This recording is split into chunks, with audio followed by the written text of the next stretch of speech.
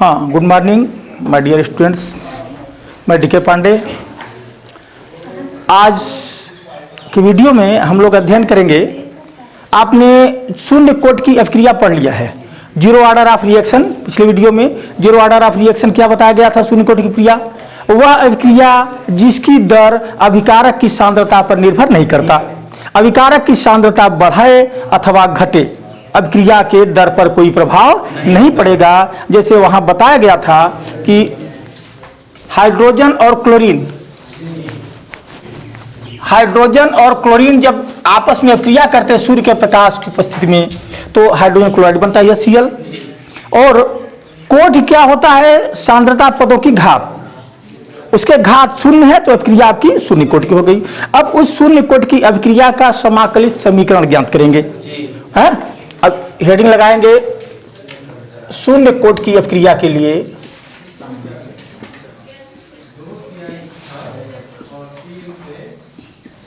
अभिक्रिया के लिए समाकलित समीकरण।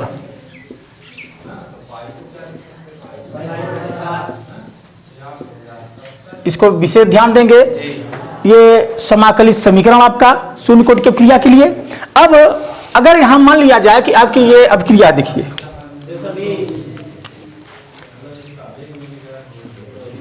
R इक्वल टू उत्पाद, ये शून्य कोटि की अभिक्रिया है। अब इसको मान लिया गया अगर अब यहां लाफ मास एक्शन से द्रव्य अनुपात क्रिया का नियम से आप अभिक्रिया दर निकालेंगे। अभिक्रिया दर R इक्वल टू क्या हो जाएगा? K और ये R, ये हो जाएगा। माने क्या होता है? सक्रिय द्रव्यमान के अभिकारक के सक्रिय द्रव्यमान के समानुपाती होता है।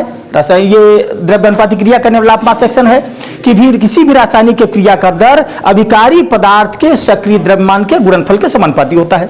ये रासायनिक आपका लाफ मास एक्शन से। अगर यहीं पर बलगति के नियम से करेंगे, अगर वेग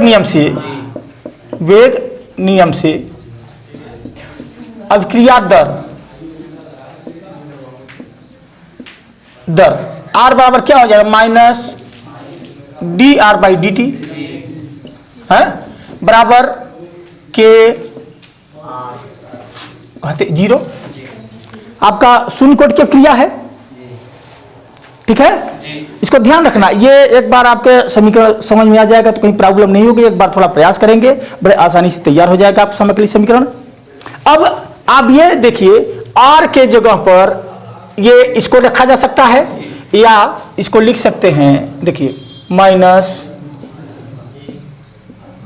dr बाई dt बराबर K। आप देखते हैं R के घाते 0 है।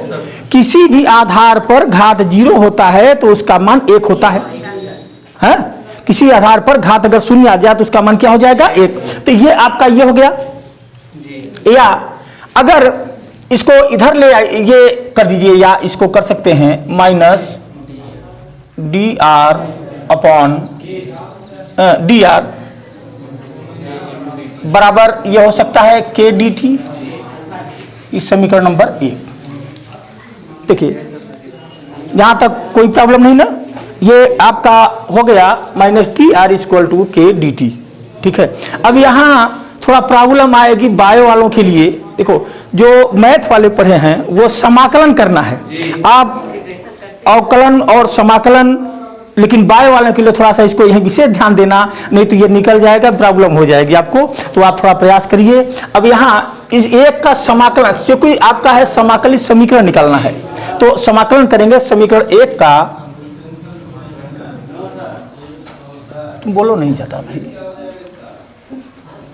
1 का समाकलन करने पर देखिए, जब समाकलन करेंगे तो माइनस इंटीग्रेशन dr बराबर ये हो जाएगा K।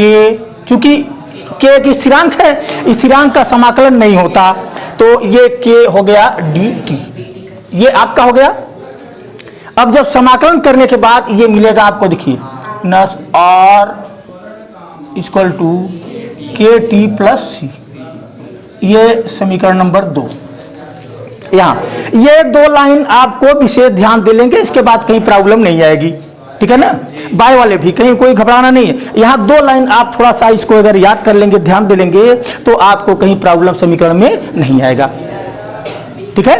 ये दो लाइन विशेष आपको ध्यान देना है। अब यहां पर देखिए सी क्या है, अब देखिए यहां पर हम लिख दे रहे हैं, जहां सी बराबर समाकलन स्थिरांक, सी क्या है आपका, समाकलन स्थिरांक है सी। अब यदि हम मान लें स्मॉल टी प्रारंभिक सांद्रता, यदि t इक्वल टू 0 प्रारंभिक सांद्रता, ये समय t इक्वल टू 0 है, तो क्या हो जाएगा, ये r equal to R naught, ये इसके बराबर, ये आपका है जहां आर नॉट इक्वल टू अभी प्रारंभिक सांद्रता, ये हो गया आपका। अब इसका मान देखिए, यहां ये प्रारंभिक सांद्रता हो गया। अब इसका मान क्या करेंगे, समीकरण 2 में रख देंगे, है ये मान समीकरण 2 में रखने पर देखिए, जब इसमें रख देंगे तो ये देखिए यहां क्या है, माइनस आर के जगह क्या रख देंगे, R0, R not equal to K T, यानी के इंटू टी का मान क्या रख देंगे, 0 प्लस सी। यहां तक कहीं किसी को कोई प्रॉब्लम नहीं होनी चाहिए। देखिए बड़े आसान है, आप थोड़ा सा ये दो लाइन ध्यान दे लेंगे, इसके बाद आसानी से हो जाएगा, आपको समझ में आ रहा होगा। अब ये अगर ये 0 हो गया तो ये हो गया minus R not equal to C, ये मान मिल गया आपका। सी का मान जो समाकलन स्थिरांक था कांस्टेंट, उस सी का मान हमें मिल गया आर नॉट। अब इस सी का मान, इस समीकरण में सी का मान रखेंगे, समीकरण 2 में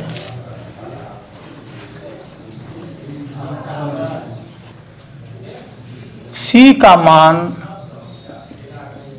रखने पर, अब देखिए यहां सी का मान रखेंगे तो क्या हो जाएगा, minus R equal to K T है, तो K T plus minus R naught, ये हो गया आपका। अब देखिए माइनस दोनों आर है तो खत्म हो गया माइनस दोनों तरफ, तो ये हो गया के टी इक्वल टू ये आर नॉट है ना, तो आर नॉट, अब इधर ले आएंगे इसको तो क्या हो जाएगा, माइनस आर। ये अगर ये इतना दे देंगे यही समीकरण, तो इसे भी समाकलित समीकरण कहा जाता है, इसे भी। या इसको एक लाइन और बढ़ा देंगे, या k equal to R naught minus R upon T, ये आपका समाकलित समीकरण है आपका। ये आपका क्या है, समाकलित समीकरण है, ठीक है। जहां अब देखिए, अब इसको थोड़ा सा इसको स्क्रीनशॉट लीजिए आप, इसके बाद तुरंत नोट करिए, इसके बाद बता रहे हैं, थोड़ा सा इसको मिटाएंगे।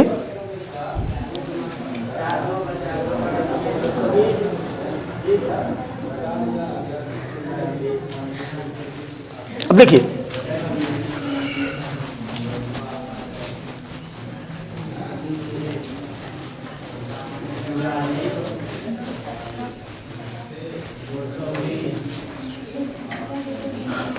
यदि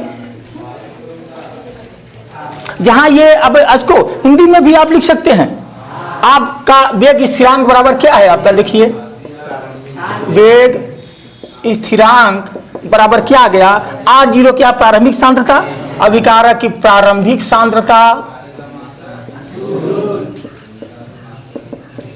माइनस R क्या है, सांद्रता में परिवर्तन,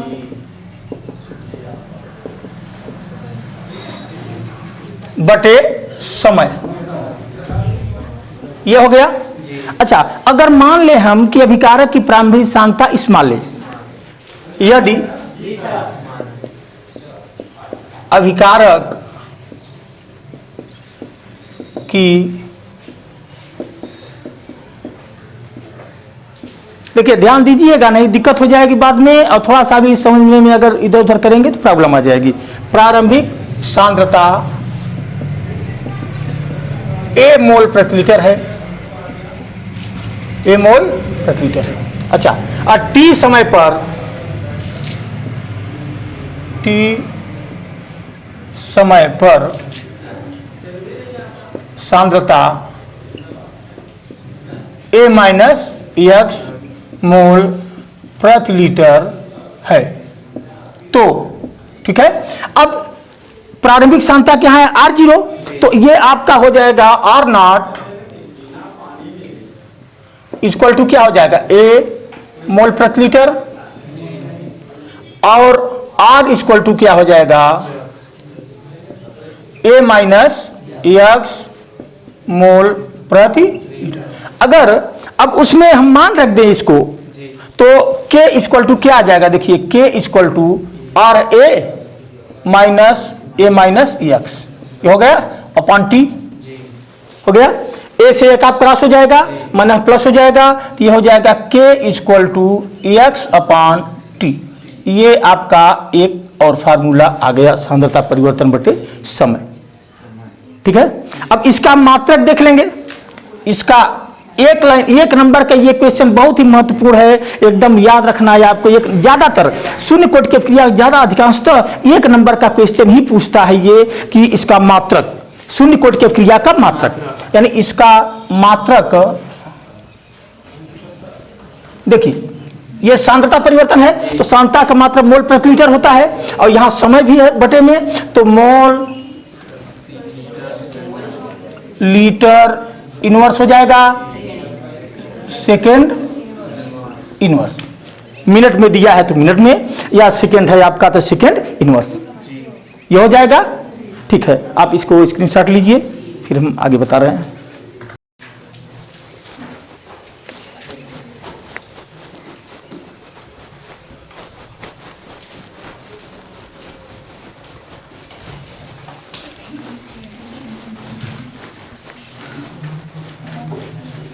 अब अगला हेडिंग लगाएंगे, आता है शून्य कोटि की अभिक्रिया और अर्ध आयु में संबंध। यानी अर्ध आयु पहले क्या होता है आपका, अर्ध आयु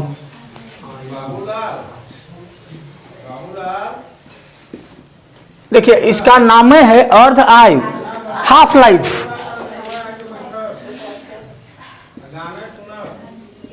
हाफ लाइफ, अर्ध आयु ये क्या होता है, आप किसी से बात करते हैं, कोई कुछ बात करता है तो कहते हैं अरे भाई आधा उम्र बीती गई है, आधा बाकी है, आधा समाप्त हो गया है, आधा बाकी है, यही बोलते हैं, यही हाफ लाइफ होता है।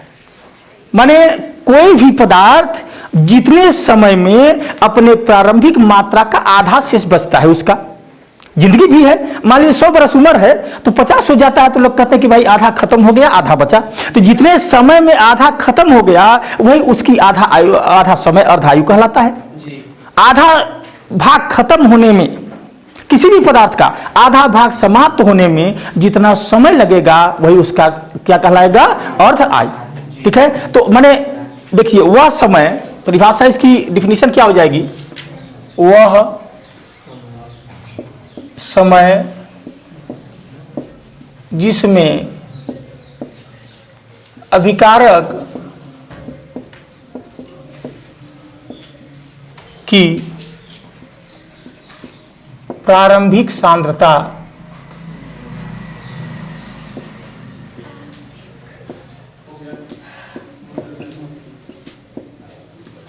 जितने समय में, वह समय जिसमें अभिकारक की प्रारंभिक सांद्रता घटकर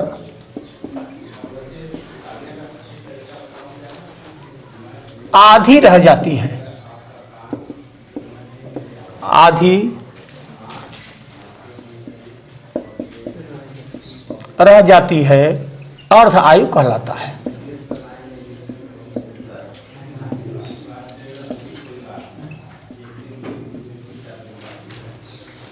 अर्ध आयु कहलाता। अर्ध आयु का मतलब जितने समय में कोई पदार्थ है उसकी जितनी प्रारंभिक सांद्रता है, प्रारंभिक मात्रा उसका घट करके आधा हो जाए, है जितना समय में आधा भाग बचता है वही उसका अर्धायु कहलाता है। इसे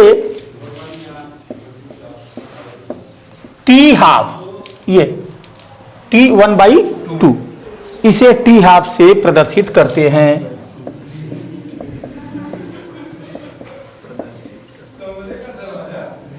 प्रदर्शित करते हैं, ठीक है।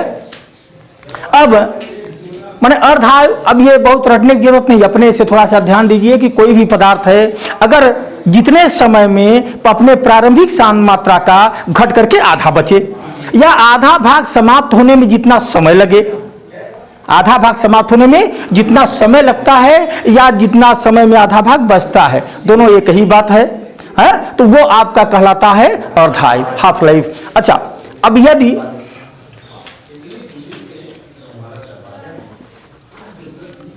अभिकारक की प्रारंभिक सांद्रता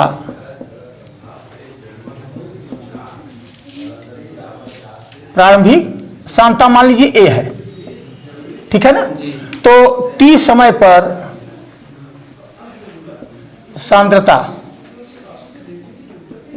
टी हाफ समय सांद्रता क्या हो जाएगा, अगर x भाग उसका पूरा विकसित हो रहा है तो x/2 यही बचेगा।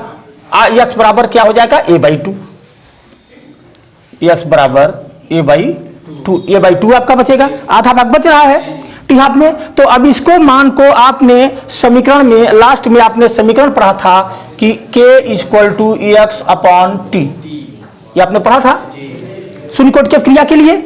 अच्छा, अब यहां पर या अब इसमें t की जगह टी हाफ रख देंगे, या इसको लिख सकते हैं टी हाफ = x/k, इसको लिख सकते हैं। तो एक का मान रख दीजिए, या टी हाफ = a/2k, ये हो गया आपका, हाँ, ये आपका हो गया शून्य कोटि की क्रिया के लिए अर्ध आयु और वेग स्थिरांक में संबंध। इसका मतलब क्या होता है, अभिक्रिया की अर्ध आयु या के बराबर क्या हो जाएगा, 2t हाफ हो जाएगा, है, तो क्या हो जाएगा अतः अभिक्रिया का वेग स्थिरांक, अभिक्रिया का वेग स्थिरांक किसके, ये क्या है, प्रारंभिक सांद्रता, अभिकारक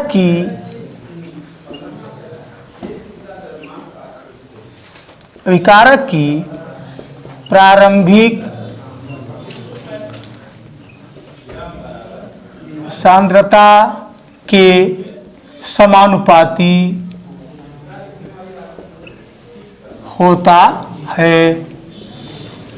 यानी अभिक्रिया का वेग शून्य कोटि की क्रिया के लिए अब जो अभिक्रिया का वेग होता है अभिकारक की प्रारंभिक सांद्रता के समानुपाती होता है, ठीक है।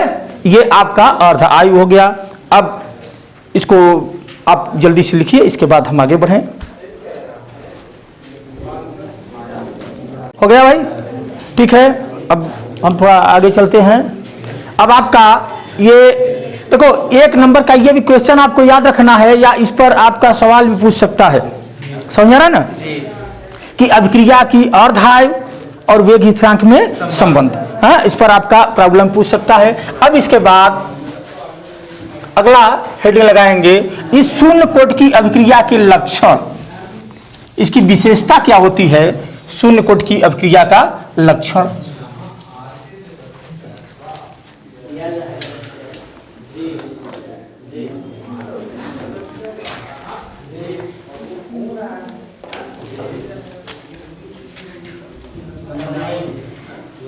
शून्य कोटि की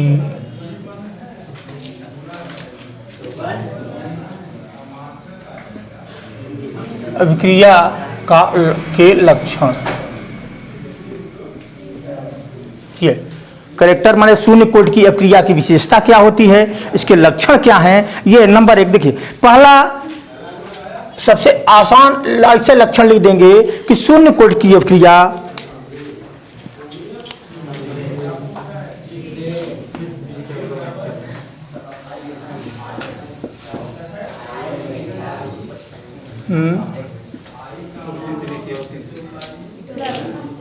ये हल्का चल रहा है भाई। शून्य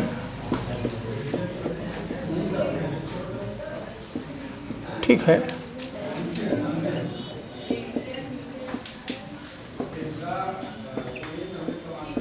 शून्य कोटि की अभिक्रिया निम्न, पहला जो शून्य कोटि की अभिक्रिया का आपने समीकरण प्राप्त किया है, निम्न समीकरण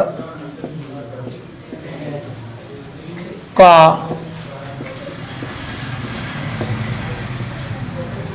पालन करती है।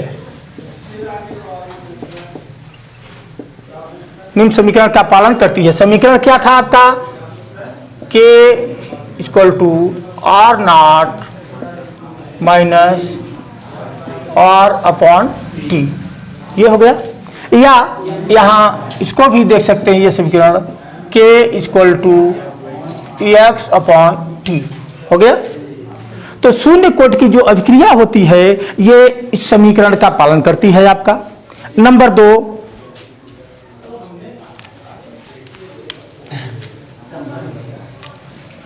अगर देखिए शून्य कोटि की अभिक्रिया के लिए अभिकारक की सांद्रता और वेग, ये ग्राफ प्लॉट किया जाता है। देखिए जैसे एक ये ग्राफ हो गया, यहां पर अगर ये सांद्रता है या समय, सांद्रता या समय कर दें, ये अभिक्रिया का वेग है आपका। ये अगर अभिक्रिया का वेग और सांद्रता में ग्राफ प्लॉट किया जाता है तो एकदम ये सीधी रेखा प्राप्त होती है। समझ रहा है? तो दूसरा पॉइंट आपका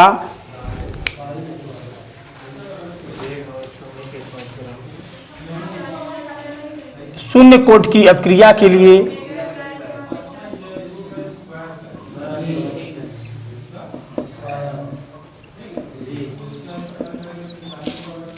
अभिक्रिया के वेग तथा सांद्रता के मध्य ग्राफ खींचने पर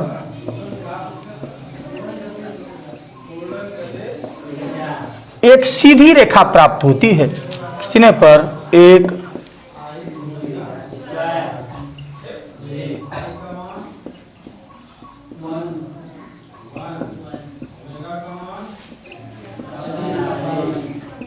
सीधी रेखा प्राप्त होती है, जो अब सीधी रेखा तो है लेकिन किसके समानांतर है?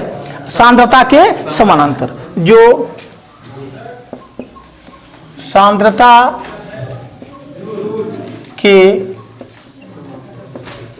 समांतर होती है। अच्छा, जब सांद्रता के समांतर होती है, इससे क्या निष्कर्ष निकल रहा है? इससे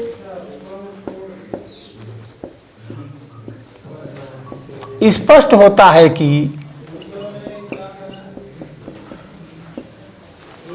कि सांद्रता परिवर्तन से वेग प्रभावित नहीं होता। होता है कि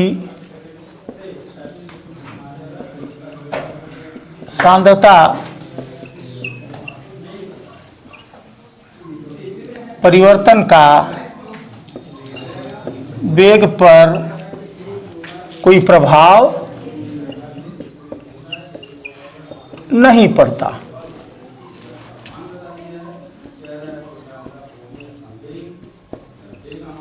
वेग पर कोई प्रभाव नहीं पड़ता है। हो गया? नंबर 3, अभी आपने इसके अर्धायु में संबंध पढ़ा है कि शून्य कोटि की अभिक्रिया की अर्धायु शून्य कोटि की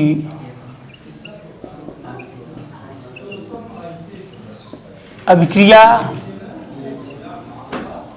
की अर्ध आयु किसके समानुपाती होता है? अभिकारक की प्रारंभिक सांद्रता के। अभिकारक की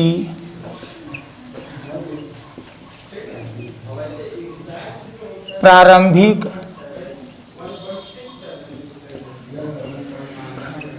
सांद्रता के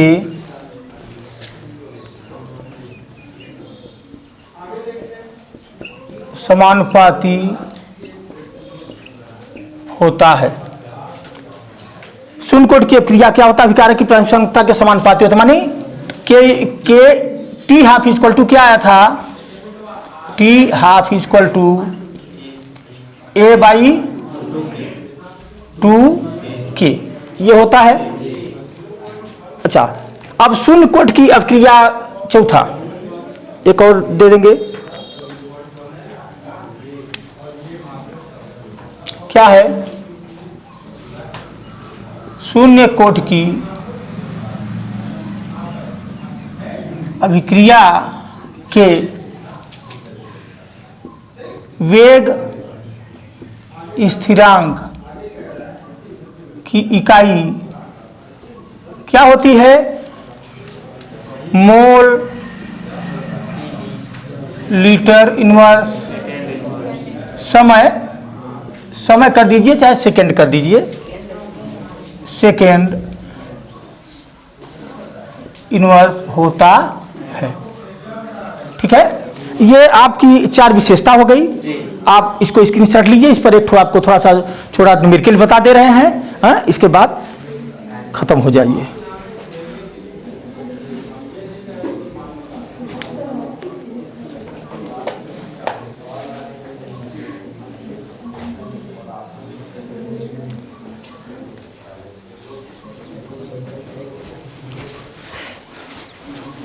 हो गया?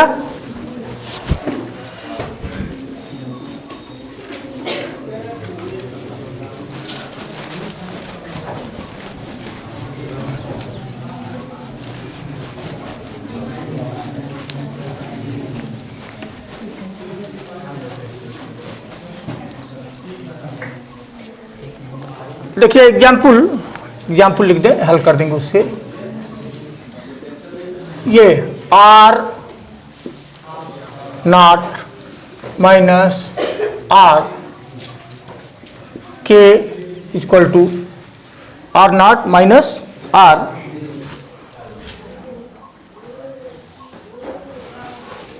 Not minus R equal to K T.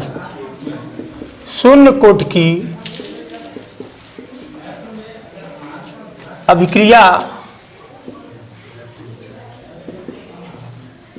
का समाकलित समीकरण है।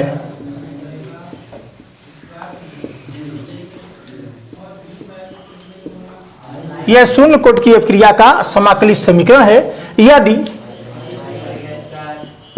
80% अभिक्रिया के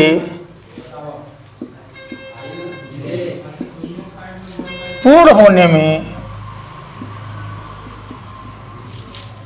लगा समय 160 मिनट है।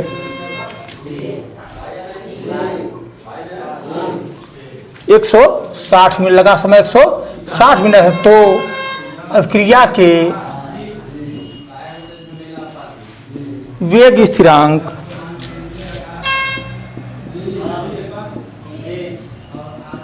की, ये भी खत्म है, गणना कीजिए।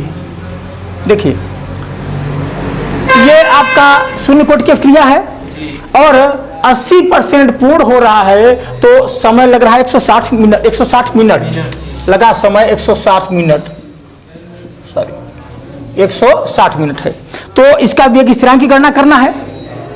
अच्छा, अब देखिए 80% आपका समाप्त हो जा रहा है, तो शेष कितना बच रहा है? 20% है। तो अगर यदि प्रारंभिक सांद्रता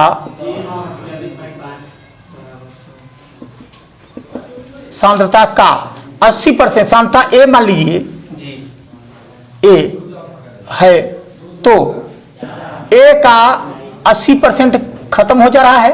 80% माने 80/100, तो बराबर कितना आ जाएगा? 0.8 ए, इतना आ जाएगा। अच्छा, अब शेष कितना बचा? शेष मात्रा बराबर कितना बचेगा? क्योंकि आपकी देखिए प्रारंभिक मात्रा माइनस शेष मात्रा है, तो अगर प्रारंभिक मात्रा ए है तो शेष मात्रा कितना बचेगा? a माइनस 0.8 ए, ये हो जाएगा। तो अब इसमें से घटा देंगे आप तो 0.2 ए बच जाएगा। हो गया जी। तो अरे भाई ए है ना, एक है ना, एक ए है तो एक में से 0.8 घटाने नहीं आएगा।